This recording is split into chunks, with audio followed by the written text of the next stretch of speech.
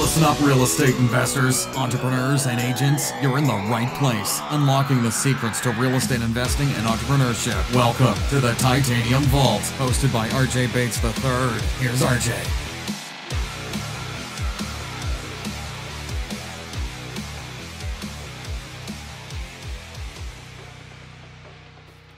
Hello and welcome to the Titanium Vault. I'm your host, RJ Bates. Today I'm sitting down with Nehad Darwish. Nehad, how are you doing today? I'm doing fabulous. How are you doing today? Oh man, just another day in paradise. So why don't you take a second to introduce yourself and tell us a little bit about what you do in real estate? Sure. I am a realtor under the Keller Williams brokerage, and our team name is the ACE Estates Group. And I'm also a partner of the investment company, which I'm sure a lot of you know, ACE Equity Pros and ACE Home Offer with Rafael Vargas and Joe Dillon. And essentially what we do is we wholesale properties on the investment side, and we list properties and help homeowners buy and sell on the retail side. Awesome. And you are based out of Tampa Bay, is that correct? That is correct. Mm-hmm. Okay. So I know you have an incredible story and how you got to where you are today. So let's start the interview there. Really quick, I mean, we were just talking before the interview and you kind of gave me an elevator pitch of what your story is. Why don't you go back and tell us about your story and how you got from where you started to where you are today? Sure, absolutely. I was raised in California, moved to Dearborn, Michigan, where there's a prominent Arab family there and a lot of people there. And essentially, I was born a Muslim. And I was married at the age of 17, not by choice. And I ended up getting divorced 10 years later, and I became an atheist. And from that point on, I met Rafael and Joe for business, and they led me to Christ, actually. And they were able to help me have a relationship with God, and that's really changed my heart, and it's really took me to a whole nother level. I mean, my numbers from when I was an atheist to becoming a Christian went from, I'd say, closing about 25 deals to locking up 150 this past year. So it's been phenomenal. Been able to pour into a lot of people, both personally, financially, and spiritually speaking. It's been great. So when you say you were married at 17 and it wasn't by choice, what was that like? Was that just the culture in which you grew up in, or was it kind of a surprise that it happened that way? I would say it's culturally speaking. It's something very common, unfortunately, in the Arab community. However, it was, I mean, to a great effect. I had two beautiful children, so I don't regret it. It's been wonderful. They have a great father. He's been wonderful as well. So, yeah, it's sad, but it's true. Arranged marriages are very common in the Arab culture. Okay. And then when you say you met your partners now, how did that come about? Did you meet because of real estate, or was it something outside that caused y'all to meet? Sure. Back in July of 2016, they actually held a large event. It was the hot seat event for ACE. And I flew out there with a friend of mine, Stephen, who did introduce me to Rafael Vargas. And from then on, I mean, it was such a powerful event, and they're great leaders and great mentors. So they were really the inspiration behind all the decisions I ended up making, both on personal and business levels. So that's how we ended up meeting. Were you already in real estate, or did that bring you to real estate? I was actually in real estate for 4 years at the time that I met them. So I joined back in 2013. Gotcha. Mm-hmm. I've been under the same brokerage. It's been great. Great training in Keller Williams with Chris McLaughlin. He is the owner of our KW office as well. Okay. Mm-hmm. So once you got hooked up with Rafael and Joe, what do you think, outside of the religious aspects and your relationship with Christ, what do you think really took you to the next level from lower volume to the type of volume that you're doing now? Honestly, it's their systems, the systems that they were able to help me with, and the Podio, the CRM, the scripts and training. It's been unreal. They're great leaders on all aspects, and they were really able to pour into not only me, but everyone that works with the company. We're a team. We're more like a family here. So I would say I give the credit to that. Mm-hmm. And what are you in charge of for the company now?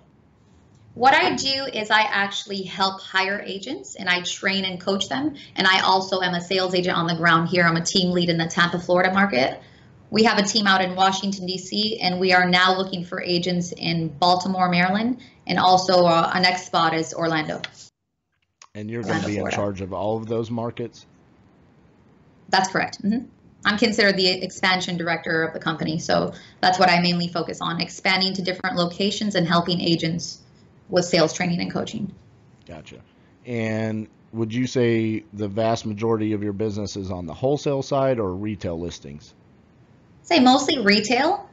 I'd say on the retail side, I would say it's a 60-40 split. So 60% retail, 40% wholesale.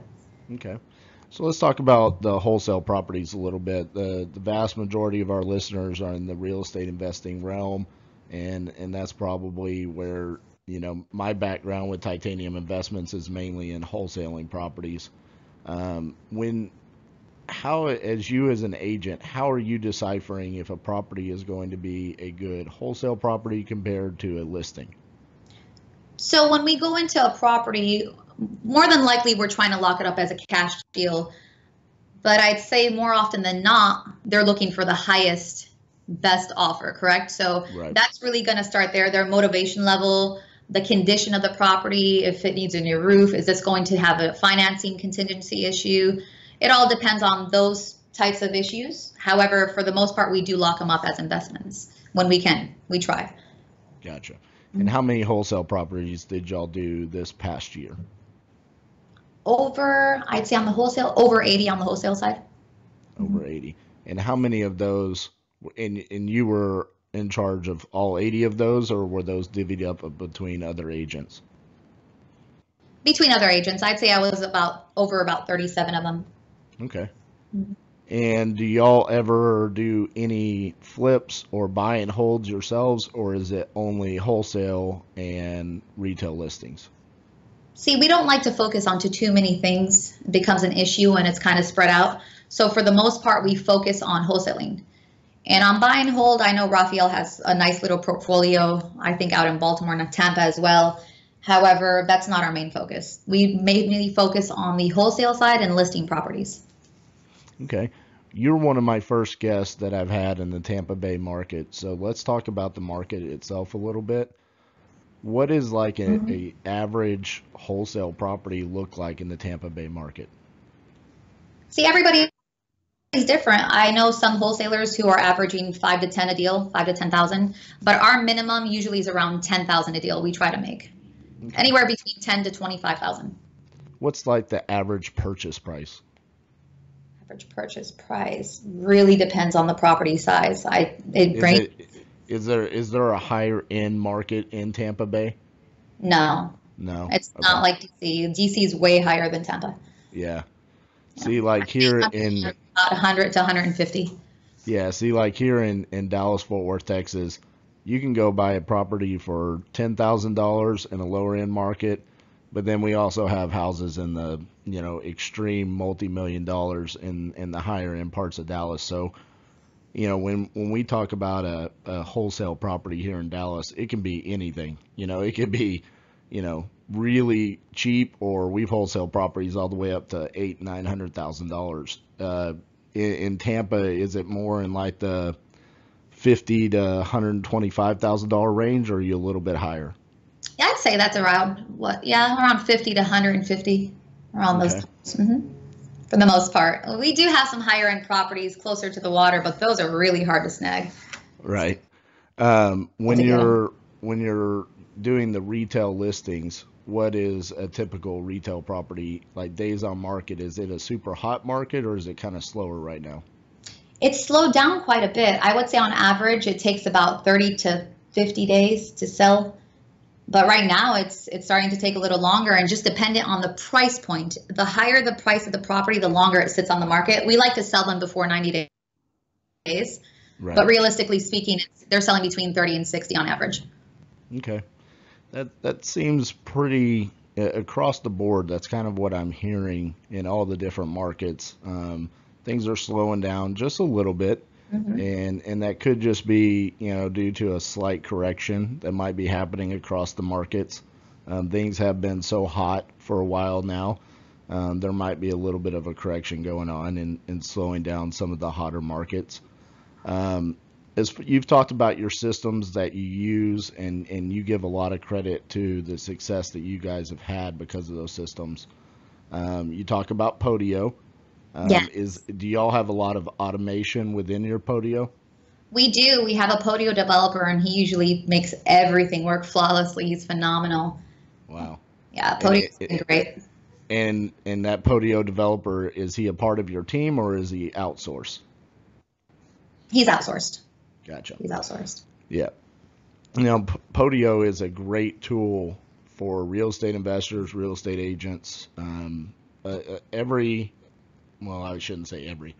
The vast majority of the guests that are doing higher volume give a lot of credit to Podio and its customization and the ability to sit there and really build the system out to what you need it to do, right? It's not, it doesn't have to be one way for every company. It can be customized to your company. How often do you think you guys are making changes to your Podio to customize for your business? Oh, that's a great question. I would say honestly, we change continuously. We're always trying to get better. So Right. month for month, anything that comes up, we're like, hey, why don't we do this on the agent side? Why don't we do this on the investment side? We can integrate this system into our Podio. It's just one size doesn't fit all with Podio. You can do whatever you want with it. So it's been great. We change often, very often. Right. And as far as generating leads, is that something that you're in charge of, or how are you getting these properties where at least it's you're getting in front of them where you could potentially lock down a property? I'd say for the most part, a lot of direct mail, PPC, a lot of referrals, a lot of people that we do know in Tampa. We've been blessed with a great audience, great investors here, great relationships. But for the most part, yes, it's mostly driven by our direct mail campaigns. Gotcha. Mhm. As a realtor in the Tampa market, are you putting your name out there with other realtors telling them to bring you distressed properties? I'm not. I'm actually, that's a great point that you bring up. I don't usually market to them in that fashion for them to bring us deals, wholesale deals. We usually just work with them on the retail side. And we do Okay. have agents that we hire onto our team, and that's a different story. They do end up working with us on a capacity of the investment side. Right. See, my company has a similar setup to yours where we have Titanium Investments and then we have Titanium Realty, which is the real estate brokerage.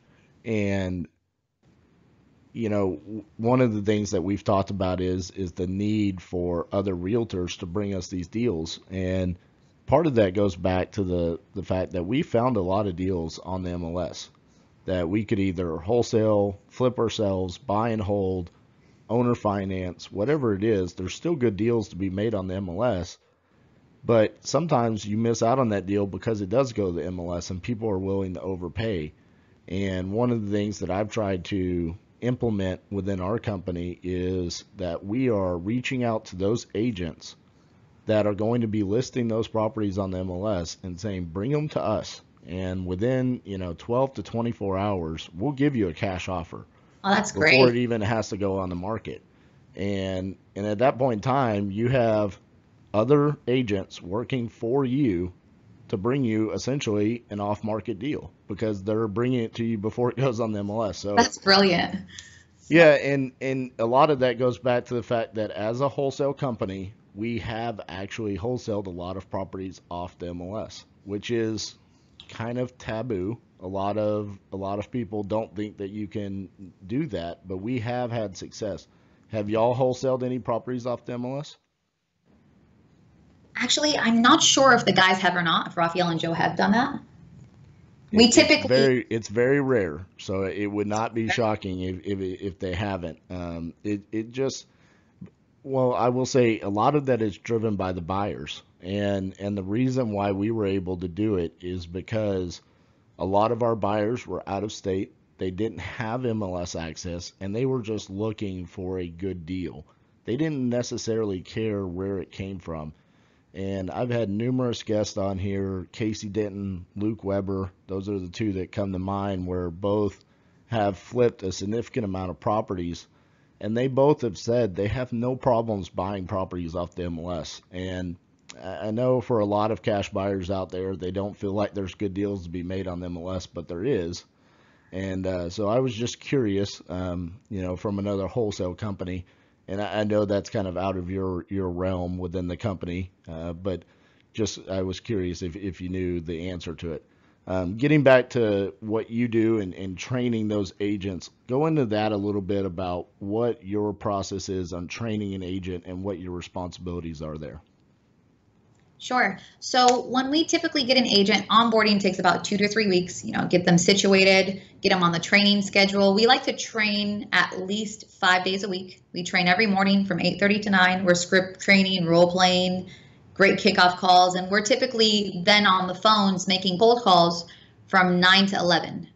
And that's what we focus on. Our agents are only here from 8:30 until 11, and then the rest of the day we're just all appointments. We're driven by our motivation to lock up the deals and help other people move on to the next place when it comes to our clients. Gotcha.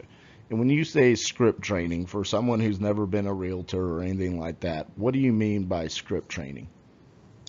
So if you don't role play, it's like practice, right? If you're on a team, a football team, you're going to have to practice every day to make sure you make it big, you make it to the Super Bowl. Same thing with agents. A lot of them think that, hey, I'm going to learn this for about 4 months, 5 months, and then I'm good. That's not true. You have to train every day to make sure that any rebuttal that comes your way, you have an answer for it.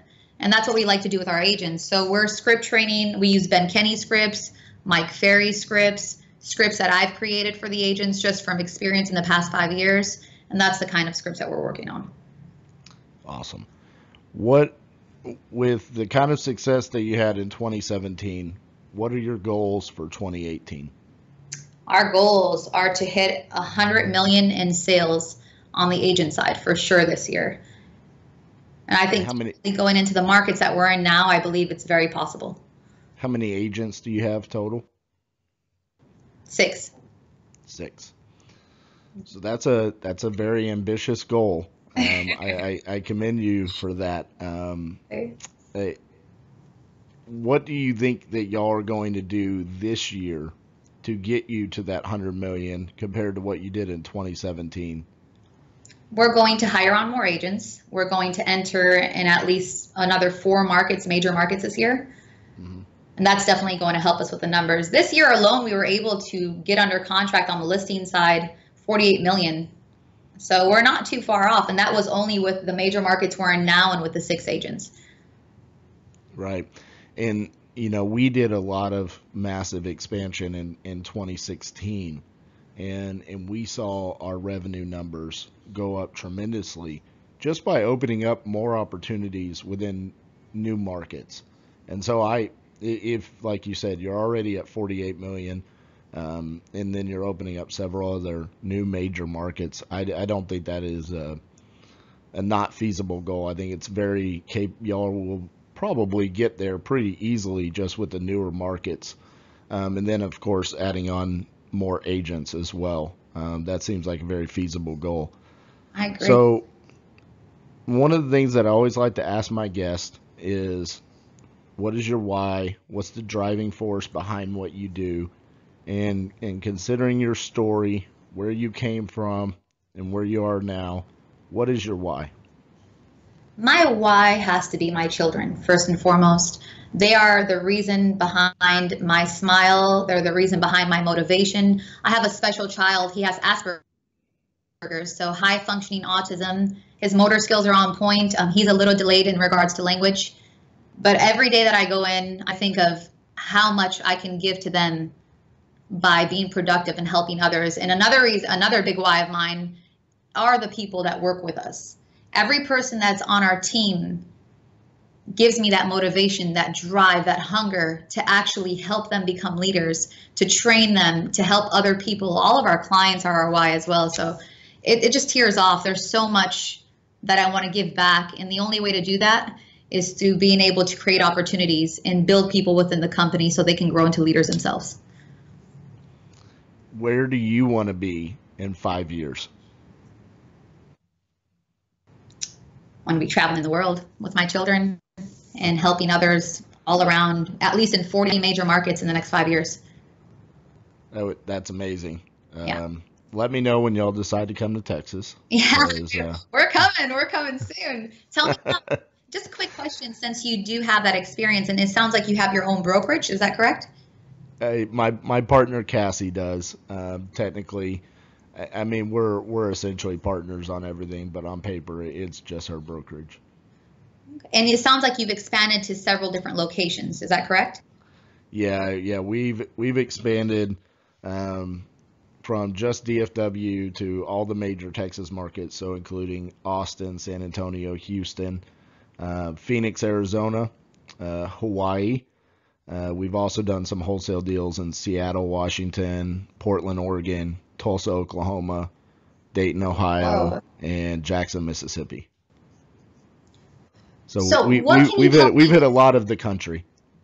That's amazing. That's phenomenal. So what can you help me with when it comes to issues that you've come across that you wish you had known when you first started expanding? What's something that you can tell me to look out for? First and foremost, understand the market before you get there. There's every market has its own personality, and then also make sure you have trusted boots on the ground within the market. Don't pick somebody that you just met a couple weeks ago or a month ago. Make sure it's someone that you understand and you speak the same business language to fully understand what you're getting into. As a realtor and an agent, maybe it's slightly easier, and I don't mean that to be disrespectful, but maybe it's easier to be a realtor than it is an investor in a remote market. Just because you're not purchasing properties, rehabbing them, and trying to sell them. Very true. Whereas a realtor, you're going out and you're trying to generate listings, and it doesn't sound like y'all do a whole lot of where you're a buyer's agent. It sounds like you're mainly doing listings, which should be a little bit easier when you're going to newer markets. But as far as each market, we actually looked at DC and Baltimore. We struggled mightily in Baltimore. We worked there for probably 3 to 4 months, and we were never able to acquire a property. And I boiled that down to we didn't have the right connection within the market to be successful there. It had nothing to do with the market. It had nothing to do with our marketing. We didn't have the right people. So everything that I would say about expanding to remote markets revolves around the people that are involved, which is your job, right? Your job is to go there and find the right people. So sounds like you have the most important job as far as expansion goes. Yes, I agree. And so how do you find the right people? So you go into a market, you have no idea what the market's like, you don't have any connections. How do you go into that market then? Well, nowadays with the power of social media, and I talk about this almost on every episode on here, Facebook, I love Facebook to death because it is such a powerful tool. And for example, in Austin, Texas, because of Facebook and because of other investors that I knew, I was able to find out that there were several solid contacts in Austin, Texas, like Casey Denton, who's been a guest on here, Kelly Smith, and they were both hard money lenders, but they gave loans throughout the state of Texas, but they were based in Austin, Texas. So when I went and got a property under contract in Austin, I could then send it to them and say, hey, this is what I'm seeing. Do you think this is as good of a deal as I think it is? And they were giving me the feedback about the market. They would say, nah, man, you're crossing over a street that you shouldn't cross over because that's where the market changes.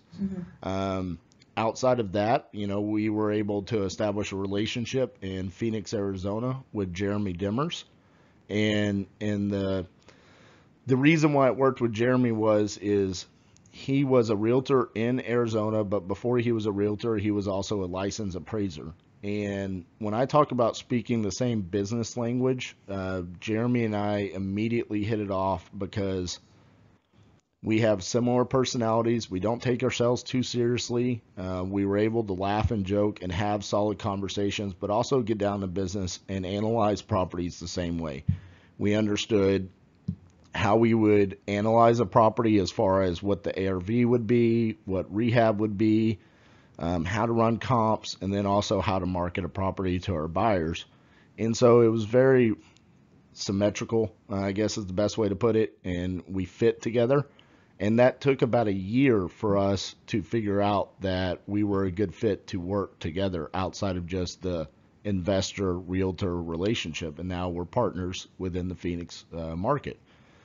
Hawaii was another market that I was just truly blessed. My best friend since 5th grade, Elijah De La Garza, who is a contractor, lives in Hawaii. And so that just opened it up. But again, that's because I can trust him, and I've known him forever. We speak the same language, and he doesn't have much knowledge as far as real estate goes, but he has all of the knowledge as far as construction goes. And so that allowed us to open up that market, but we still have to have support on the real estate side. So we've gone through 3 to 4 agents out in Hawaii, just trying to find someone who can truly bring us to that next level of understanding the market. And so as far as for you and going to new markets and finding the right people, I think it's going back to that company culture. You know, before you were telling me about how on the entire company, on your email signatures, you have a scripture verse and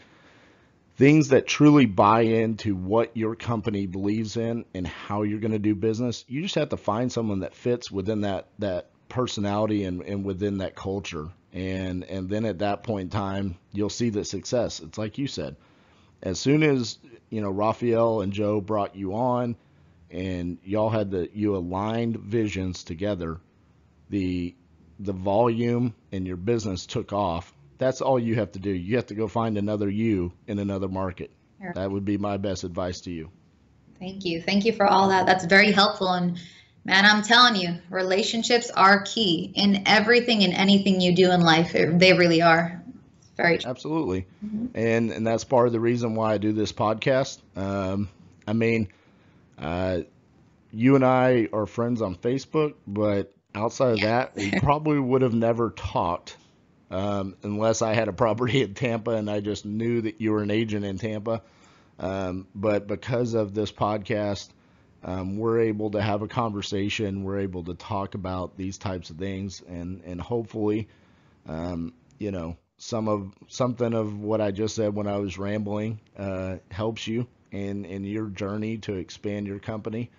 I know you guys are going to do you're already doing incredible things within the Tampa market, and I know y'all are going to be able to do. You're going to be able to achieve your goals in 2018 and to be able to take your company to the next level for sure.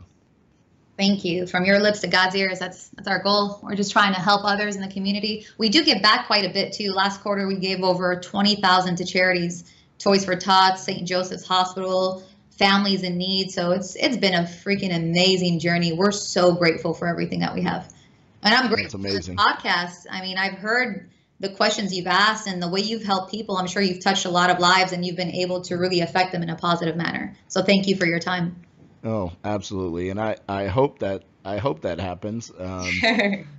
Sometimes it's odd when I go back and I listen to the podcast and I hear myself, you're always your own, worst critic. And so there's times where I wish I, did a better job within the interview or something along those lines. But it's all, this is not something that I ever am going to try to monetize or anything like that. This is purely one of my ways to give back to the real estate investing community.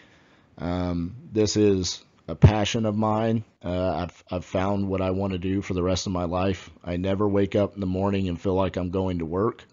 Most people back in the day, when I had a different job, when I woke up on January 2nd, it was like, oh man, now the holidays are over, back to the grind. Mm-hmm.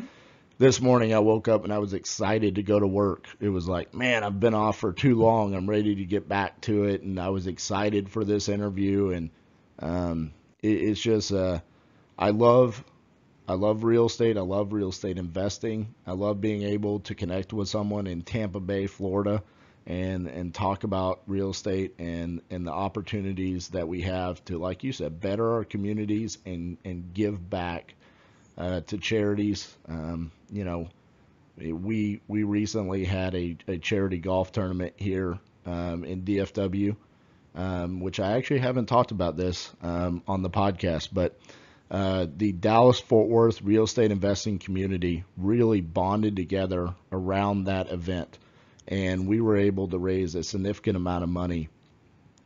Overall, before expenses, a little bit over $25,000 to be given to my charity, Beat Kids Cancer, where all the proceeds were given to families that were currently going through treatment to help them with their bills. And then also the other 50% was given to childhood cancer research. And it's pretty amazing to see this community bond together to give back to those kind of causes. And so I appreciate everything that you guys are doing, like you said, with giving back that significant amount of money in the fourth quarter. Absolutely. And thank you for everything you've done as well. At the end of the day, I feel like a lot of us, no matter what profession we're in, we lose sight of the ultimate purpose, right? So it's always like the grind, the money, the numbers, hit the charts. But at the end of the day, there's no feeling in the world like when you're able to help a family. Not a handout, but a hand up to really help others and genuinely know that you were able to change a life versus just deposit a check. Because money is easy. Money comes and goes. Right. It's not a big deal. But when you really make a difference in life, when you pass, what have you been able to accomplish besides making $30 million? You know what I'm saying? There's a bigger purpose for all of us. And I think that when we all hone in on that, we're really going to change lives genuinely versus just make money. It's funny you bring that up. I had a gentleman last night on Facebook. He reached out to me and he said, "Hey man, I was looking at Titanium Investments reviews on Facebook." And he said, based off of those reviews, are you finding people that need to buy a house and then you're flipping the house to them? And I said, no, why would you ask that? And he said, because your reviews are so specific. And they're like, thank you so much for helping me out of this particular situation. And I said, man, those are all one-off scenarios where we were able to be creative. And majority of the time, they were just motivated sellers that really needed out of a bad situation, and we were able to help them in that situation.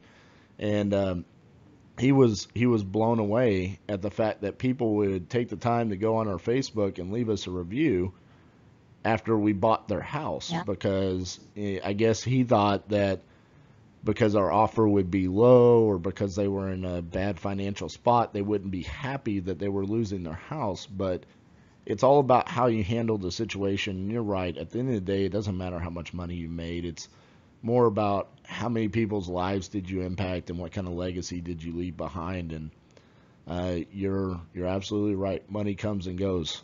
I could go make $1 million today, but for the rest of my life, I'm just going to be spending that $1 million. It's all about how I impact people. And so with that in mind, I think if you keep that in your forefront and you keep God and your faith in mind as you grow your business, I think you guys are going to take off and do amazing things together. Absolutely. As are you. Thank you so much for everything you do. And your Facebook reviews speak volume about who you are as well. So it's just showing your true character and how you deal with people and business in general. So thank you.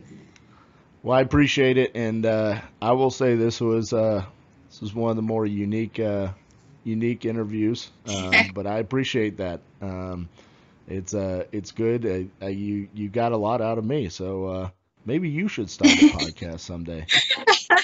Hey, maybe we should just joint venture on a podcast too, help others.